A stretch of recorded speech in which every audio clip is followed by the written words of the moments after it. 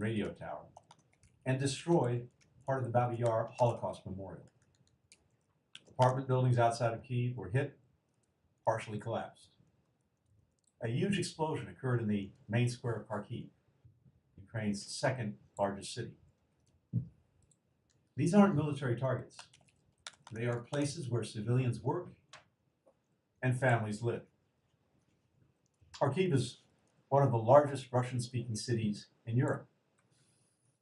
It's fewer than 50 miles from Belgorod, its sister city in Russia. And Belgorod is where the missiles against Kharkiv were likely fired. President Putin, among the many false justifications he's given for invading Ukraine, has cited the need to protect against an imaginary threat to Russian ethnic and Russian-speaking peoples. How is assaulting and bombing the population of Kharkiv, again, one of the largest Russian-speaking cities in Europe, advancing that purported goal? As President Zelensky said after the assault, there was never a border between Kharkiv and its Russian sister city. Two cities are joined in the hearts of Ukrainian and Russian people living on either side. Among the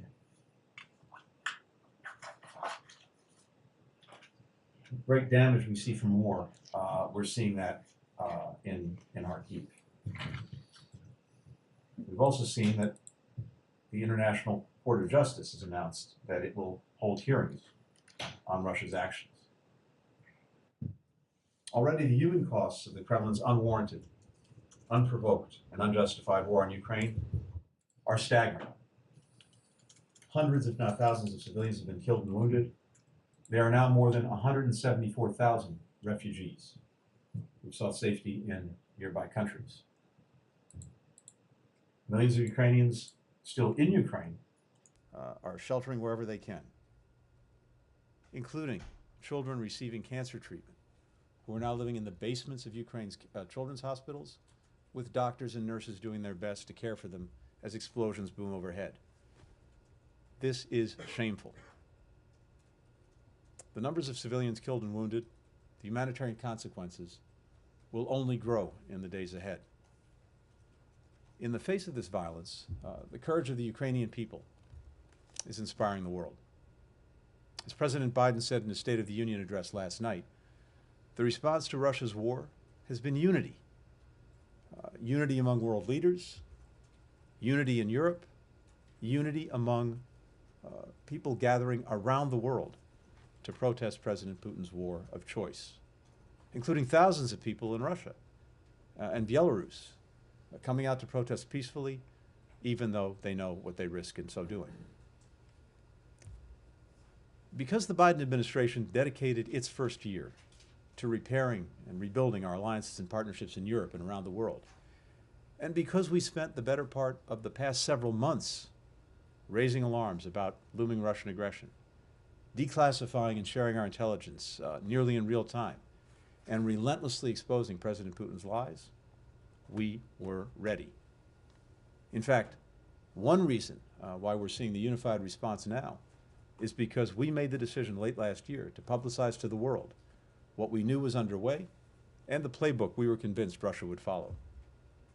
I went to the UN Security Council 2 weeks ago to walk through, step by step, the pretext for war that we were sure President Putin would invent and the subsequent military invasion that he planned to order.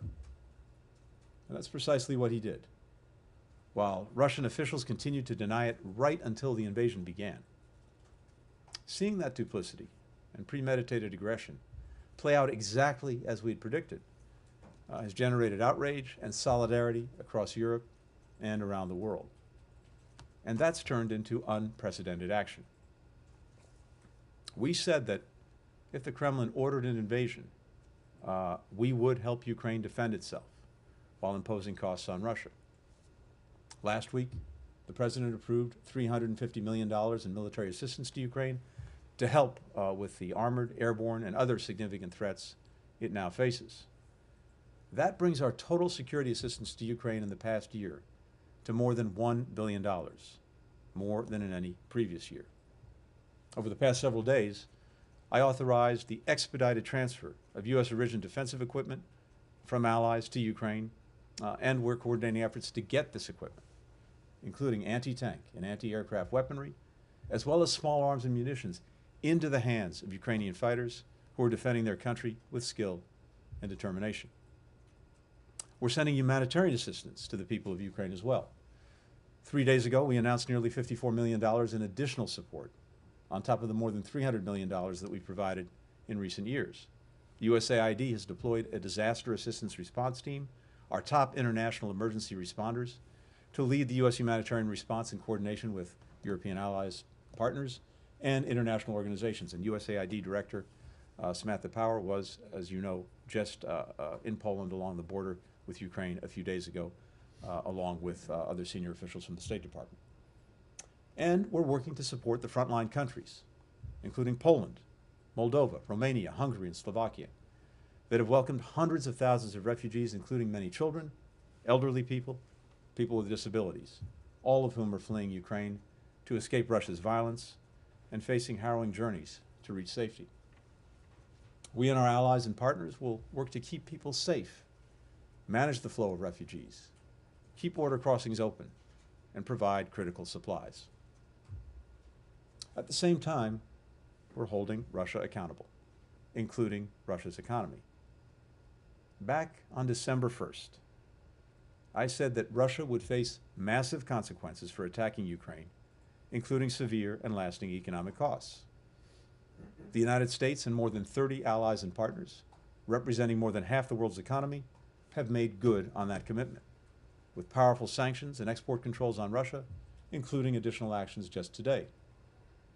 We've now sanctioned most of Russia's largest financial institutions and its sovereign wealth fund.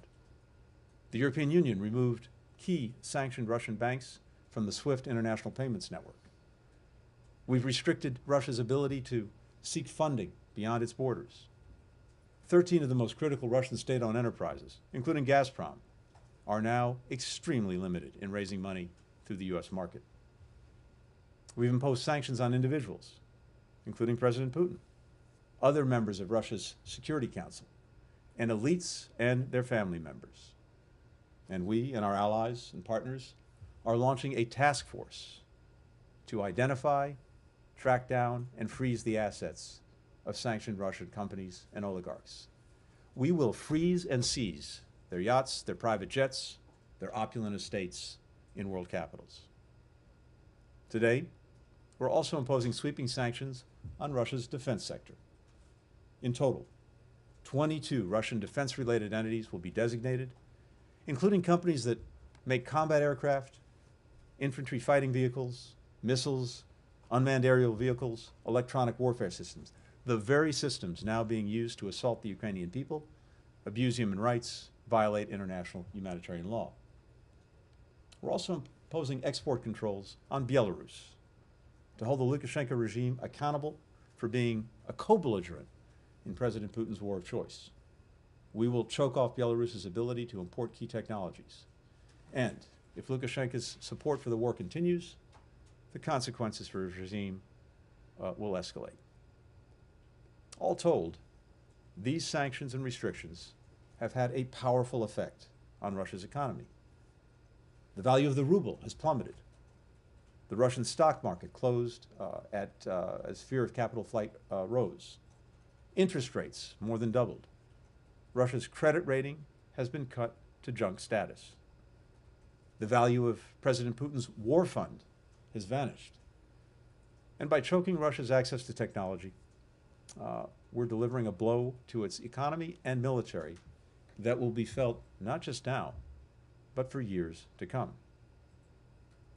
President Putin may have assumed that the United States and our allies were bluffing when we warned of massive, unprecedented consequences. But, as President Biden likes to say, big nations can't bluff. The United States doesn't bluff, and President Putin has gravely miscalculated. As President Biden made clear last night, this is President Putin's war. This isn't the Russian people's war.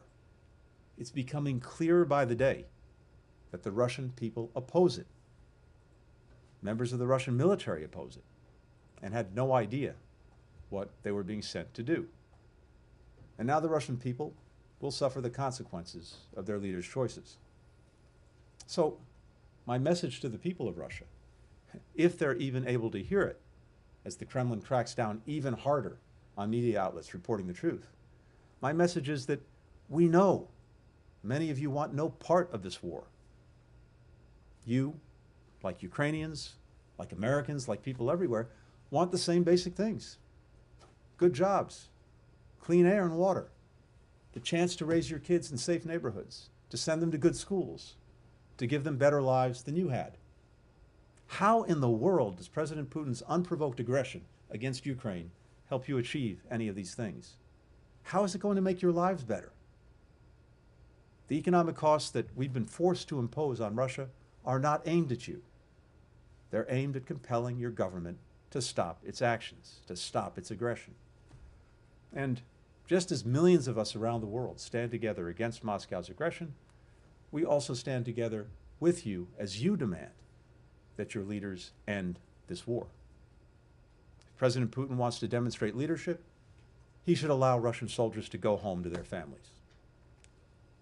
Finally, the United States is continuing our diplomatic efforts. We're keeping the door open to a diplomatic way forward. That's going to be very hard to happen without military de-escalation. It's much more difficult for diplomacy to succeed when guns are firing, tanks are rolling, planes are flying. But if Russia pulls back and pursues diplomacy, we stand ready to do the same thing. Meanwhile, our intensive diplomacy with allies and partners continues. I've been in virtually daily contact with my friend and counterpart, Ukraine's Foreign Minister Kuleba. And I've made clear that we'll support any diplomatic efforts by the Ukrainian government to reach a ceasefire and withdrawal of Russian forces. If there are diplomatic steps that we can take that the Ukrainian government believes would be helpful, we're prepared to take them, even as we continue to support Ukraine's ability to defend itself. Tomorrow, I'll travel to Brussels, where I'll meet with our NATO, European Union, and G7 allies and partners to continue our coordination, to commend them on the unprecedented steps that they've taken to support Ukraine and hold Russia to account, and to reaffirm our Article 5 commitment that an attack on any NATO member is an attack on all. From there, I'll travel to Poland, which is already hosting hundreds of thousands of Ukrainian refugees, with tens of thousands arriving by the day. And then to Moldova, which is also hosting Ukrainian refugees, and where Russian troops have been occupying territory against the will of the people for years. And then I'll go on to the Baltic countries, to Latvia, Lithuania, Estonia, which are facing a renewed threat from Russia themselves, as President Putin seeks to reassert Russia's dominance over former Soviet republics. Latvia, Lithuania, Estonia are our NATO allies. And as President Biden has said, we will defend every inch of NATO territory against any aggression, from Russia or otherwise. Finally, I want to note the consequential and historic vote that just took place in the United Nations. 141 member states voted in favor of a resolution reaffirming Ukraine's sovereignty and territorial integrity and condemning Russia's invasion of another member state. As this vote revealed, the overwhelming majority of the international community stands in strong support of the core principles of the United Nations and upholding the UN Charter, and stands against Russia's reckless attempts to change the borders of another sovereign country by force to replace its will for the will of the Ukrainian people. As 141 member states of the United Nations know, more is at stake even than the conflict in Ukraine itself and the freedom and security of Ukraine and its people. This is a threat to stability in Europe and to the entire rules-based order, which has been the foundation of security and prosperity for people around the world for nearly 80 years. In this time of uncertainty, we have a clear way forward. Help Ukraine defend itself, support the Ukrainian people, hold Russia accountable, and persist with diplomacy. President Putin is more isolated from the world than ever before. As President Biden predicted last night, when the history of this era is written, Russia's war on Ukraine will have left Russia weaker and the rest of the world stronger. And in the days ahead, we'll continue to draw inspiration from the iron will of the Ukrainian people. With that, happy to take some questions. Hello, Mr. Secretary. Thanks for being here. I just want to ask you, what is the U.S. assessment on Putin's state of mind? You said that he's more isolated than before. Do you worry that this isolation might prompt him to lash out and do something even more dramatic than we've so far seen on the ground? And I also want to ask you, I'm sure you've seen that there are Americans who have expressed their desire to go and join the fight in Ukraine. What is your message to them? Thank you. Thanks. I can't put myself in President Putin's mind or state of mind. All that we can focus on are the actions that he's taking and our response to those actions. I said before, one of the Achilles heels of autocracies is the inability to speak truth to power. I don't know who said what to President Putin before he launched this aggression. I don't know who's saying what to him now. But again, all of that is speculation. We can't put ourselves in his mindset. All we can do is what we're doing, which is to be very clear in how we'll respond to the actions that he takes, to continue to work in unity with allies and partners in support of Ukraine, in defense of Ukraine, to help its people, to help those who've been forced to flee, and if there are any diplomatic opportunities to pursue those. But we're focused less on what President Putin thinks or may think, and more on what he does. And with regard to the second part of your question, look, we've been very clear for some time, of course, in calling on Americans who may have been resident in Ukraine to leave, and making clear to Americans who may be thinking of traveling there not to go. For those who want to help Ukraine and help its people, there are many ways to do that, including by supporting and helping the many NGOs that are working to provide humanitarian assistance, providing resources themselves to groups that are trying to help Ukraine, by being advocates for Ukraine and for a peaceful resolution to this crisis that was created by Russia. Those are the most effective ways that people who want to help can do so. Andrew. Mr. Secretary, you just quoted the president saying big nations don't bluff. Mm-hmm. Do you think that President Putin is bluffing by putting his nuclear forces on alert? And I had another question, if you don't mind. Are you surprised that we have not seen more? We've seen some denial of services, but are you surprised that we have not seen a more massive cyber attack against Ukraine or against other of the NATO nations or against us? Do you think that the legislation that just passed improves our ability to defend against such attacks? And if I could impose on you one more question. I talked today to Daria Kaleniuk, who was part of the president in your democracy summit this year. And you know how passionate she is, perhaps you saw her questioning. And she says that despite everything that has been done, and I would say it's an extraordinary amount of coordination and agreement with the allies, it's not going to get there in time. That convoy is sitting outside Kyiv and poised to encircle Kyiv, and they're not going to get those supplies. What more can be done to help those people? Andrew, thank you. Let me take them in not quite reverse order. First, just on the cyber piece, two things. First, yes, the legislation that you referred to is extremely helpful. But beyond that and before that, We have been very focused on the potential for cyber attacks, not only against Ukraine, but against us, against allies and partners. We've been working for months, first with Ukraine, and also among ourselves, to harden, to sharpen defenses. All of that work is very much underway, including with the private sector. And so I think we have to be very much on guard about that possibility. We are. With regard to assistance to Ukraine, here's what I can tell you.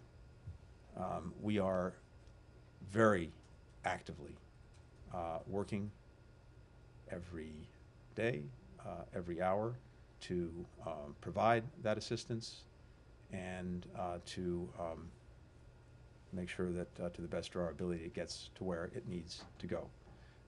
And this is not just us, this is many countries in Europe. We're coordinating a lot of efforts to do that, and my own assessment right now is that the vitally needed assistance is getting to where it needs to go. With regard to President Putin's statements on Russia's nuclear posture, first, as you know, Russia and the United States have long agreed that the actual use of nuclear weapons would be devastating and have devastating consequences for the entire world. And as we've stated many times, including earlier this year, following the meeting between President Biden and President Putin in Geneva, both of our countries have stated that a nuclear war cannot be won and must never be fought. That was a key reaffirmation coming out of the meeting between President Biden and President Putin back in June. Provocative rhetoric about nuclear weapons is the height of irresponsibility. It's dangerous. It adds to the risk of miscalculation. It needs to be avoided. We've assessed President Putin's directive and his statements, and at this time we see no reason to change our own alert levels. Thanks. Matt. Mr. Secretary, thank you. You mentioned the vote in the UN, which was it was overwhelming, as you said. And the countries that voted against, the 5 countries who voted against, no surprise, Belarus, Eritrea, North Korea, Syria, and Russia. But I'm wondering if you have any thoughts about the abstentions, particularly from Latin America, Cuba, Nicaragua, Venezuela, who stayed out. These are countries that are no stranger to larger powers, who shall go unnamed, getting involved in their internal policy. I'm wondering if that says anything to you. And then secondly, on the prospects for diplomacy with Russia, which you said you're keeping the door open to. I mean, really, what are the prospects for? What are the chances of that happening? And is there, if there is an open door, is it just for Ukraine and potentially the Iran talks in Vienna, or are you open to the whole gamut of things, the arms control, climate, any number of other things? Thank you. Matt, first of all, to put the vote in the UN in perspective, it is both overwhelming and I would even say historic. Go back to 2014 when the General Assembly pronounced itself on Russia's initial aggression against Ukraine. The votes in favor of that resolution were 100. Then go to the horrific actions that the Assad regime took in Aleppo. The vote there was 120 in favor of a resolution condemning the actions of the Assad regime. Today, 141 votes. That speaks powerfully and eloquently about the overwhelming majority of the world and its views about what Russia is doing in Ukraine. I'm not going to parse the individual votes. I think in some cases, an abstention actually speaks loudly itself, as opposed to a no vote. So I think you have to look at some of the individual countries, assess their relationship with Russia, and look at how they voted in that context. For the small number that voted against, Belarus, the DPRK, Eritrea, Syria, as well as, of course, Russia, as Groucho Marx once sort of said, this is not very much a club that I would want to be a member of. Olga Koshelenko. Oh, wait, sorry, on the prospects for diplomacy. Oh, I'm sorry. business. Yes. Look, as I said a moment ago, with regard to Ukraine itself, we, of course, remain open to pursuing any reasonable path, but it's very hard to see any path when the bombs are dropping, the planes are flying, the tanks are rolling. So de-escalation, pulling back forces, that would open a path to diplomacy. And we, I think, demonstrated very clearly in the months leading up to Russia's aggression that we were prepared to engage Russia diplomatically on any legitimate security concerns on a reciprocal basis. That remains, unfortunately, tragically, horrifically. I think we've seen, and you don't have to take my word for it, just listen to President Putin's own words, that virtually everything the Russian government professed to be concerned about was not really what was at issue. For example, Ukraine joining NATO. What President Putin has said loudly and clearly, and has now demonstrated by the actions that Russia has taken, is that what this is about for him is Ukraine being absorbed in one fashion or another into Russia. He sees Ukraine as having no independent existence. He wants to reincorporate it into an empire. Short of that, to make it part of a renewed sphere of influence, or maybe at the very least, to make it totally neutral. So this is about way more than the issues that we were prepared to engage Russia on. So two quick pieces on the diplomacy now. One, with regard to Ukraine itself, first and foremost, the question is if Ukraine thinks there is a path that would help advance its interests, protect it, and the war, and we can be helpful in that, of course, we're fully prepared to do that. But we really look to the Ukrainian government to see what if anything, might make sense. They're engaged in talks with Russia. They had one round. There may be another one. We'll see. But of course, the demands that Russia put on the table were beyond excessive. They were, of course, non-starters. And what we've seen repeatedly is that Russia goes through the pretense of diplomacy to distract and continue on its aggressive path. More broadly, even as we've imposed and continue to impose massive costs on Russia for its aggression and actions in Ukraine, if we determine that there are areas that it's in our interest to continue to pursue, and that in one fashion or another may involve some engagement from Russia, we'll continue to pursue that. We're not going to let Russia dictate in any way what's in our interests and how to pursue them. Time for a final question from Olga Koshelenko. Media Ukraine. Just a few days ago, European Union proposed to donate their fighter jets to Ukraine to protect our sky, but as far as I know, for now, this deal has fallen apart. I know that you were on a phone call with Foreign Minister Kuleba today discussing this topic as well. Could one expect that after your travel to Europe, something could change and Ukraine will get access to those jets? Thank you. I can't comment in detail on my conversations with Foreign Minister Kuleba. We talked about a lot of things, including the ongoing provision of security assistance to Ukraine, and that is something that I will be talking to European allies and partners about in a couple of days in Brussels. Again, I can tell you, as I mentioned in response to Andrea's question, that when it comes to vital defensive military equipment that Ukraine needs, we are very actively coordinating its provision, and that assistance is getting there.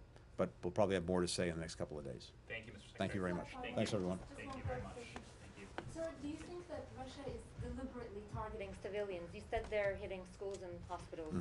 Are they doing it deliberately? We've certainly seen in the past that one of Russia's methods of war is to be absolutely brutal in trying to cow the citizenry of a given country. And that includes, at the very least, indiscriminate targeting and potentially deliberate targeting as well. We're looking very closely at what's happening in Ukraine right now, including what's happening to civilians. We're taking account of it, we're documenting it, and we want to ensure, among other things, that there's accountability for it. Thank you. Thanks. Thank you all. Mr. Secretary, are these war crimes?